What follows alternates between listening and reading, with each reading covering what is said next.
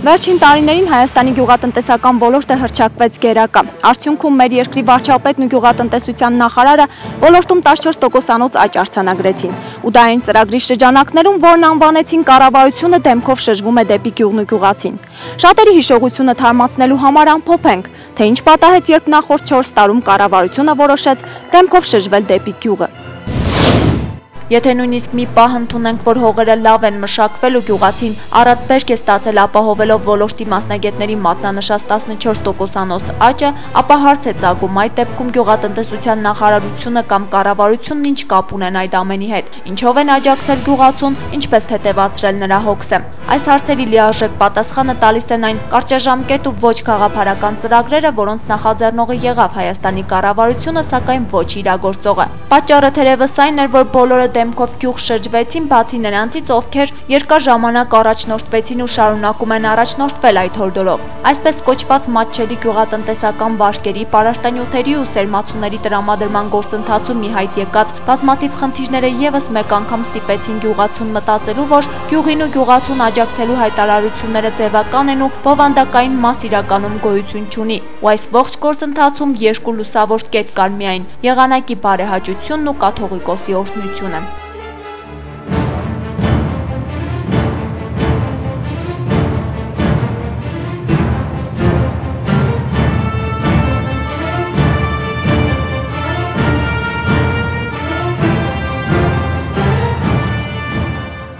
Դեմքով դեպի գյուղն ու գյուղացին շրջվելու նախաձեռնությունը Սերժ Սարգսյանինն էր։ Նա այդ ծրագրի շրջանակներում վարչապետի միջոցով գյուղացիներին սովորեցրեց կով կթելու գաղտնիքները, գյուղատնտեսության մյուս խնդիրներն ու թերևս դրանով հարցը լուծված համարվեց։ Ու ըստ երևույթին դա էր այն դեմքը, որով իշխանությունը իր հայտարարությունների համաձայն ավելի քան 4 տարի շրջվել է դեպի գյուղը։ Ոլորտը զարգացնելու մյուս քայլերը կամ որպես կանոն զուտ նախաձեռնություններ մնացին, կամ էլ հակառակ ազդեցություն ունեցան։ Անդրադառնանք դրանցից մի քանիսին։ Գյուղացուն աջակցելու կառավարական առաջին քայլը եղավ հետևյալը։ Հայտարարվեց, թե ոլորտը զարգացնելու նպատակով գյուղաբնակներին տրամադրվում է ցածր տոկոսադրույքներով երկարաժամկետ գյուղացիական վարկեր, որպեսզի դժվարին իրավիճակում հայտնված գյուղաբնակը կարճ ժամանակում ոտքի կանգնի ու դարձյալ հող մշակի։ Սակայն ոլորտը քայքայումից փրկելու այդ ձեռնարկը տապալվեց, քանի որ նախ շատերին չհաջողվեց օգտվել կառավարական այդ ծրագրից, իսկ նրանք, ովքեր վարկեր ձեռք բերեցին, մինչ օրս պարտք են բանկերին։ Ոլորտի աջակցության հաջորդ քայլը դա սերմնաբուծության ու սերմնարտադրության ծրագիրն էր,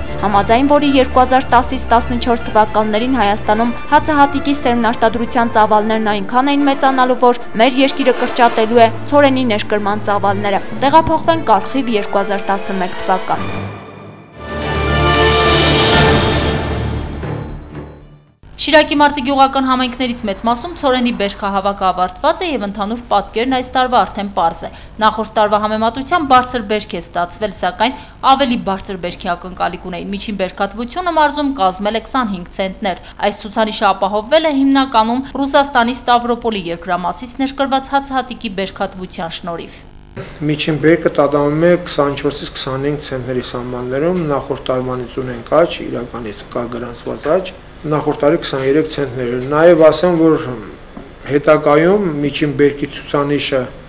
մեր դիտարկումներով նաև ակնկալվում է ինչ-որ չափով նաև աճ։ Էլիտար սերմնացուն, ինչպես արդեն հայտնի է, մշակել են խոշոր ֆերմերները։ Շիրակի մարզից ընդամենը 8 կամ 9 խոշոր ֆերմեր է բարձրորակ սերմնացուն մշակել, մեկին երկուսը վերադարձելիության պայմանով։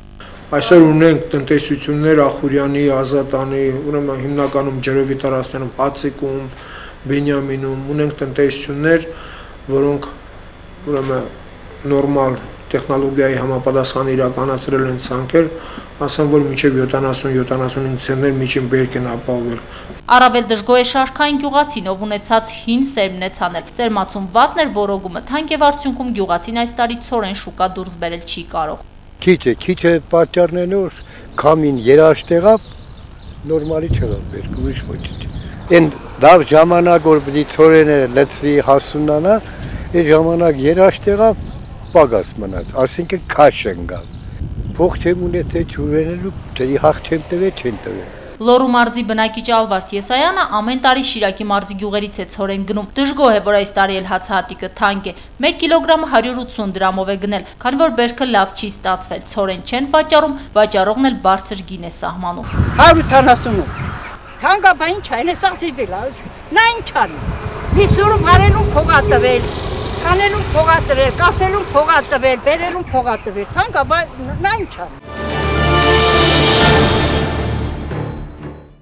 Եթե նախորդ տարի գյուղատնտեսական ոլորտի մասնագետներն ինչ-որ չափով ոգևորված էին ծրագրի արդյունքներից, ապա նույնը չի կարելի ասել այս տարվա համար։ Ստավրոպոլի երկրամասից Հայաստան ներմուծված ցորենի սերմն այս տարի ծլունակ չեղավ եւ գյուղացին հացի փոխարեն խոտ հնձեց։ Մեր մարզում գյուղացիական տնտեսությունների կրած վնասը նախորդ տարի հաշվարկվեց 4 միլիարդ դրամ։ Այս տարի ենթադրվում է, որ նշված թիվը կկրկնապատկվի, քանի որ եթե 2011-ին խնդիրներն ավելի շատ բերքի որակի հետ էին կապված, ապա այս տարի իրավիճակն էլ ավելի լուրջ է։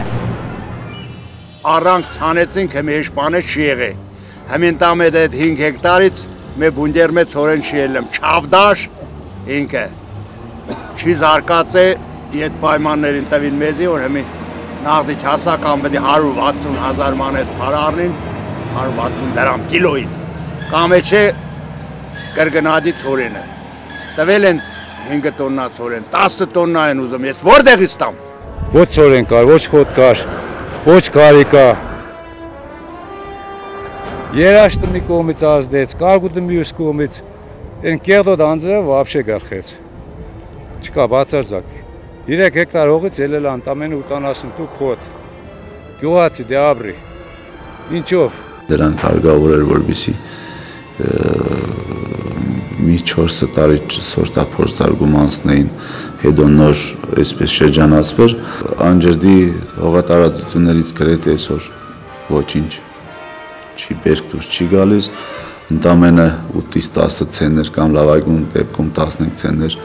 հացահատիկը դա ծիծաղելի է Ազատանի համայնքի համար։ Եվ այսպես հացահատիկի սերմնաբուծության ու սերմնաշտադրության ծրագրի առաջին փուլով գյուղացին իրեն տրամադրած սերմացուի կրկնակին վերադարձրեց կառավարությանն ու մնաց առանց եկամտի։ Ծրագրի պահանջն էր այդպիսին, իսկ գյուղացին ընդունել էր այդ պայմանը լիահույս, որ եղանակը բարեհաճ կգտնվի, հացահատիկի բերքատվությունն էլ բարձր կլինի։ Սակայն նախ համայնքներում տեղացած կարկուտը զգալի վնասներ հասցրեց հացահատիկային մշակաբույսերին, հետո էլ տեղումներն էին սպասվածից շատ։ Կառավարությունը մասնակիորեն լուծեց սերմացուի հարցը, սակայն գյուղոլորտի խնդիրներն ավելի գլոբալ են։ Գյուղաբնակները բազմից են բարձրաձայնել, որ կա նաև ոռոգման ջրի խնդիր, շատ համայնքներում հակակարգտային կայաններ չկան եւ այլն։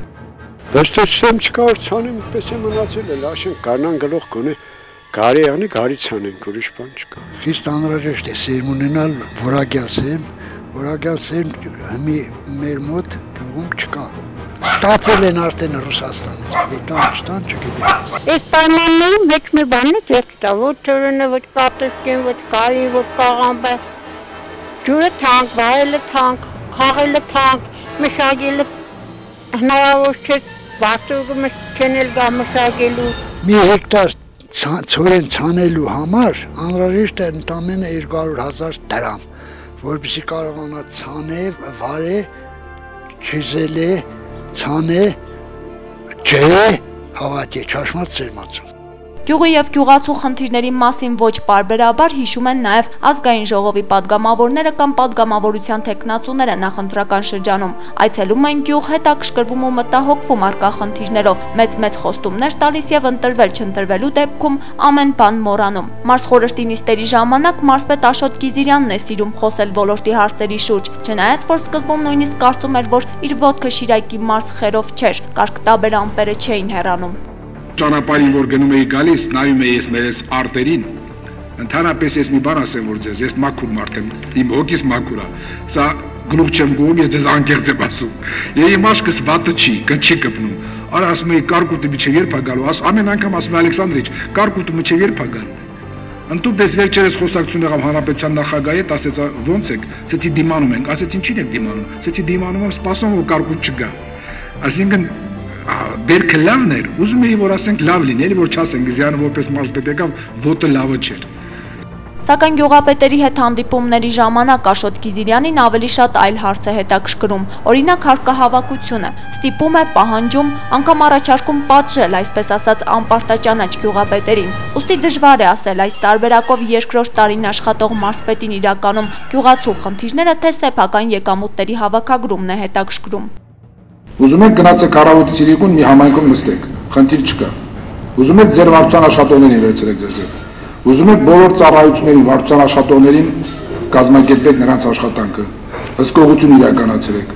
Դուք վերցրել եք այս պարտականությունները ձեզ վրա եւ ասել եք, որ նորմալ անելու։ Բայց ես դեռ նորմալ բան չեմ տեսնում։ Այս տարեսկզբից գյուղնախարարն ու վարչապետը բարձրաձայնեցին գյուղերին տրվող օժանդակության մասին, իսկ վառելիքի եւ պարարտանյութի տեսքով, որ գյուղացին այն գնի սուբսիդավորված գներով։ Շուկայականից էժան եւ որնեստ գյուղնախարար Սերգո Կարապետյանի բերելու էր նրան, որ գյուղացին հող մշակի։ Համայնքաբնակներից շատերը չունենալով այլ տարբերակ մշակեցին իրենց ցանկատարածությունները, սակայն երաշտի պատճառով բերք չհավաքեցին։ Սակայն ամենազավեշտալին թերևս այն է, որ գյուղնախարարությունից ու կառավարությունից հայտնել են, որ տրամադրված ցորենի սերմացուի դիմաց գյուղացիները պաշտավոր են կրկնակին վերադարձնել։ Փաստորեն ոռոգման ջրի սակավությունը, եղանակային պայմաններն ու վատորակ սերմացուն գյուղացիների լավ բերք ստանալու հույսերը չարդարացրին։ Շատերն այն համոզմանն են, որ գյուղացիներին էլիտար ցորենի փոխարեն տրամադրվել է անորակ սերմացու։ Այդ պատճառով էլ մարզի որոշ համայնքների բնակիչներ պատրաստվում են դիմումնամակ հասցեագրել կառավարության ղեկավարին ու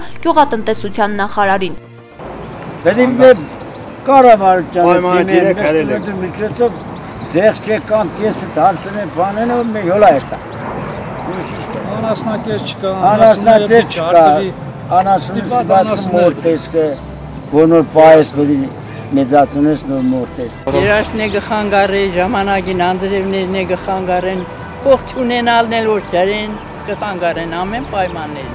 Մենք անասունը պայում ենք, որ անասունով ենք ապրում, ուրիշ աշխատանք չունենք։ Մենակ անասունի վրա է, անասունի մեր լիտր կատնել 100 դրամ են ընդունում։ Դե խոդն առ 1000-5000 դրամի անասունի կատը ծախե 100 դրամ է, դե ինչի նման եղավ։ Պարադան տվեցին կանին պաշկայեժան, եկես ալարկեն էդ եղե։ Էդորով հոգսերին դարդեն դարման չի եղնում գյուղացը։ Գյուղացիների խնդիրներն այսքանով չեն սահմանափակվում։ Այս տարի ոչ միայն ցորենի բերքն է սպասվածից պակաս եղել, այլ նաև անասնակերը։ Հիմա շատերը ստիպված են անասնակեր գնել։ Մի մասը անասունների հարկադիր մորթ են կատարելու, քանի որ օրինակ 10 եւ ավելի անասուն ունեցող տնտեսությունների համար միջինը 1 միլիոն դրամ գումար է պահանջվում անասնակեր ձեռք բերելու համար։ Խոդին արդեն աղջիկ ջան 3-400 000, 1500 որ խոդ առնի, դուր կվացնենք։ Էստե յոլա օրկսեն Մենակ մնում է քանդր բերեն, քծեն գեղացու վիզը, կախեն պերձնին, ով է մտածում գեղացու մասը, հեչ մար։ Սալոմը 1000, խոդը 2000, տեսենք, պտի ես տարի բայեմ, որ մյուս տարի էդ գումարները սաղ հետ բերեն։ Ընձի մնացել է էդ անասունի թերիկը, որ ես պետ չարնեմ ճիշտ կսեմ։ Հավադա, դյա, կելերտանք տես, այո, գյուղացու քարը ըդիկ է։ Անասնակերի պատճառը մեր գամիս հետո արդեն 50 կմորթ է, մնակ 50 60 Սա գյուղի եւ գյուղացու այսօրվա իրական իրավիճակն է։ Գյուղոլորտի մասնագետների հերթական հիմնավորումները, թե գյուղական աղքատությունը պայմանավորված է բացառապես բնակլիմայական պայմաններով, ոչ այնքան համոզիչ են, որքան գյուղաբնակների պնդումները, թե գյուղական աղքատության պատճառը մենաշնորհային տնտեսությունն է։ Արխիվի մեկ օրներ եթերում ցտեսություն։